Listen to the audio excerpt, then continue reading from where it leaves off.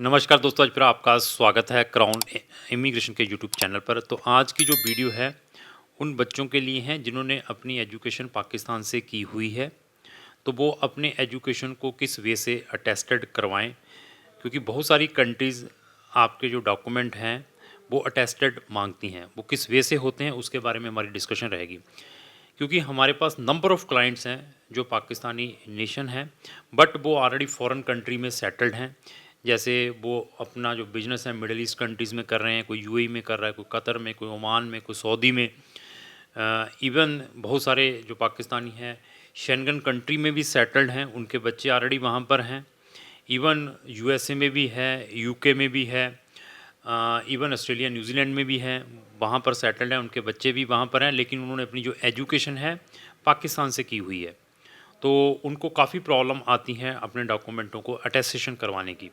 तो मैं आज सारे का सारा वे बताऊंगा उनके लिए, लेकिन पाकिस्तान वालों के लिए एक वार्निंग है मेरी ओर से।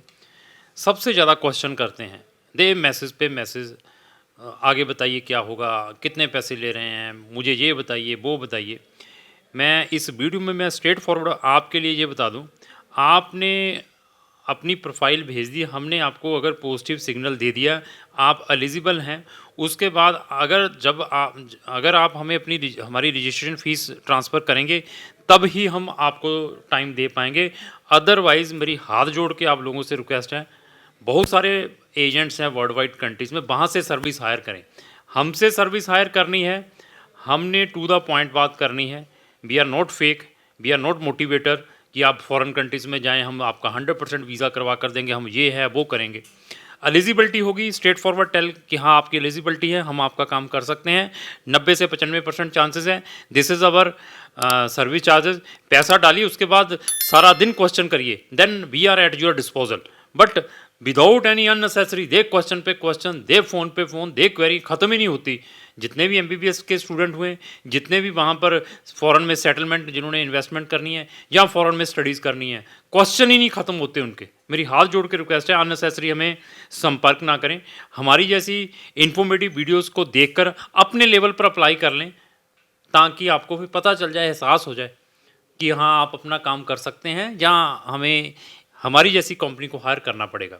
ठीक है, फिर बता दिया, वी आर ट्रांसपेरेंट, कोई भी यहाँ पर चीटिंग की इंटेंशंस नहीं है, और टाइम बहुत इंपॉर्टेंट है हमारे लिए।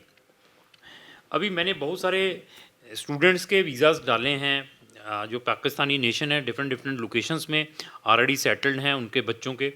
आइदर जर्मनी की मैं बात करूं, आइदर स्वीडन की करूं, आइदर मैं इटली की स्टडी की बात करूं, आइदर एमबीबीएस की मैं बात करूं, चाहे वो इटली की एमबीबीएस है, चाहे वो शेंगन कंट्रीज़ की है, चाहे वो यूरोपियन कंट्रीज़ की हैं।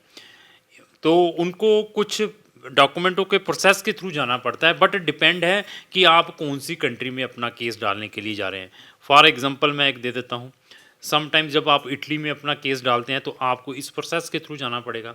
ऑस्ट्रिया में अपना केस डालते हैं तो आपको इस प्रोसेस के थ्रू जाना पड़ेगा। इवन स्वीडन में अपना केस डालते हैं स्टूडेंट का, इस प्रोसेस के थ्रू आपको जाना पड़ेगा। ऐसे नंबर ऑफ़ कंट्रीज़ हैं, वो आपके डॉक्यूमेंटों को इस प्रोसेस के थ्रू मांगती हैं। इवन अगर आपने एमबीबीएस के लिए किसी कंट्री के में जाना है, तो कुछ कंट्रीज़ आपकी अगर एजुकेशन पाकिस्तान की है तो आपको इस प्रोसेस के थ्रू जाना पड़ेगा। ये डॉक्यूमेंटों की रिक्वायरमेंट रहती हैं।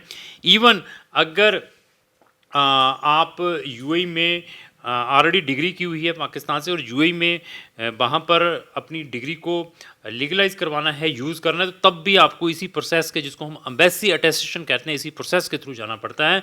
क्योंकि इस प्रोसेस के थ्रू जाने के बाद आपको एम्बेसी अटेस्टेशन भी करवाने पड़ते हैं, जो कि फॉरेन एम्बेसीज पाकिस्तान के अंदर हैं। तो चलो हम स्टार्ट करते हैं। सबसे पहले कौन से डॉक्यूमेंट, जिन्होंने मैट्रिक और एफएससी की हुई है, जिन्होंने स्कूलिंग की हुई है, उनको अपने डॉक्यूमेंट प्रोसेस करने के लिए सबसे पहले जो उनकी रिस्पेक्टिव बोर्ड है, बोर्ड के ऑफिस में जाकर अपने ओरिजिनल डॉक्यूमेंट ले जाकर वहाँ पर चालान की फ़ीस जो होती है देने के बाद अपने डॉक्यूमेंटों के ऊपर एक वेरीफाइड की मोहर लगवानी पड़ती है। वो मोहर लगाने के बाद वो ये कहते हैं कि हम आपके जो डॉक्यूमेंट है रिस्पेक्टिव जो आपने एड्रेस दिया है वहाँ पर ओरिजिनल सील्ड एनवेल्प में भेज देंगे, जहाँ आप हमारे ऑफिस से भी बाई हैंड ले सकते हैं सील्ड एनवेल्प में। वो होने के बाद ओरिजिनल डॉक्यूमेंटों के बाद आपको आपका ऑफिस है जिसको हम IBCC कहते हैं, जिसको हम inter board committee of chairman कहते हैं, उस ऑफिस में जाकर इसको मोहर लगवानी पड़ती है। वो एक मोहर लगाते हैं, वो मोहर तब लगाएंगे अगर आपके डॉक्यूमेंट के ऊपर बोर्ड की वेरीफाइड की स्टैंप लगी होगी। वो स्टैंप वहाँ पर भी चालान भरना पड़ता है, चालान की जो चार्जेस हैं देने के बाद तो वो आपके ओरिजिनल डॉक्यूमेंट के ऊपर एक मोहर लगा देते हैं। इस टाइप की वो सील्ड होती है, ये सील्ड है इस टाइप की। इस सील्ड के बाद फिर आपके जो डॉक्यूमेंट है एक डिपार्टमेंट है मोफा है, मिनिस्ट्री ऑफ फॉरेन अफेयर, आपके ही वहाँ पर है, आप नेट में डालेंगे मिल जाएगा। वहाँ पर भी स्टिकर लगता है जिसको हम अपोस्टल स्टिकर कहते हैं, वो आपके ओरिजिनल डॉक्यूमेंट के ऊपर वो लगाएगी। वो तभी लगाएंगी अगर आप ये दोनों प्रोसेस के थ्रू गए होंगे। ठीक है जी। ये होने के बाद तो कुछ कंट्रीज़ क्या कहती हैं, जैसे मैं मिडल ईस्ट कंट्रीज़ की बात करूं, जहां बहुत सारी और कंट्रीज़ हैं, जहां मैं साउथ अमेरिकन कंट्रीज़ की बात करूं, वो कहती है कि अभी आप ये अपने डॉक्यूमेंट को जो आपने ये किए हैं तो एम्बेसी अटेस्टेशन भी करवाएं। तो आपको फिर उन डॉक्यूमेंटों को एम्बेसी से भी अटेस्टेड करवाना पड़ता है जिस कंट्री के अंदर आपने वो डॉक्यूमेंट यूज़ करने हैं। तो एम्बेसी भी तभी अटेस्टेड करेगी अगर आप इन तीनों प्रोसेसों के थ्रू आए हैं। बोर्ड ने वेरीफाइड किया है, फिर अटेस्टेड किया है आपके IBCC ने, उसके बाद मोफा ने उसके ऊपर स्टैंप लगाई हुई है, तभी एम्बेसी उसको अटेस्ट करी। अगर आप इस प्रोसेस के थ्रू नहीं गए तो एम्बेसी भी आपके डॉक्यूमेंटों को असेस अटेस्ट काउंटर साइन नहीं करेगी। इसके अलावा कुछ डॉक्यूमेंटों को HEC जिसको हम हायर एजुकेशन कमीशन कहते हैं, वहाँ से भी अटेस्टेड करवाने पड़ते हैं। वो कौन से डॉक्यूमेंट हैं? जिन बच्चों ने बैचलर की हुई है, ये तो मैंने आपके मैट्रिक और FSC के बारे में बताया।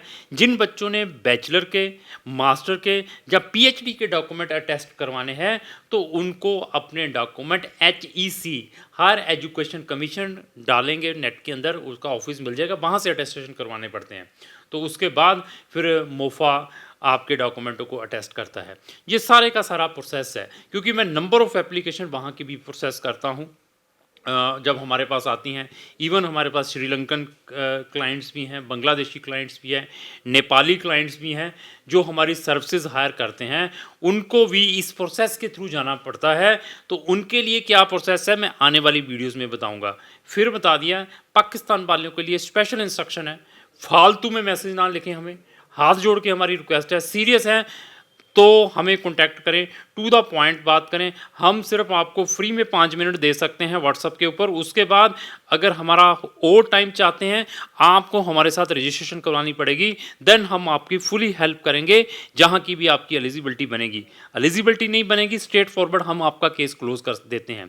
मेरे पास नंबर ऑफ़ क्वेरीज आती हैं जो MBBS के स्कैम में फंसे हुए बच्चे हैं, किर्गिस्तान में ट्रांसफ़र चाहते हैं, बट दे क्वेरी पे क्वेरी पूछ ही जाएंगे आगे। इवन आप MBBS के लिए यूरोपियन और शेंगन कंट्रीज़ में जाना चाहते हैं, क्राउन इमिग्रेशन आपकी हेल्प कर सकती हैं। फ्री स्टडी के ऑप्शंस देख रहे हैं, आपकी प्रोफाइल अच्छी है तो हम आपको बेस्ट से बेस्ट गाइडेंस प्रोवाइड कर सकते हैं। अगर आपकी क्वेरी किसी भी फॉरेन कंट्री से रिलेटेड है तो आप इस व्हाट्सएप के ऊपर अपना मैसेज छोड़ सकते हैं। आपके मैसेज को देखने के बाद हम आपकी मैक्सिमम से मैक्सिमम हेल्प कर सकते हैं।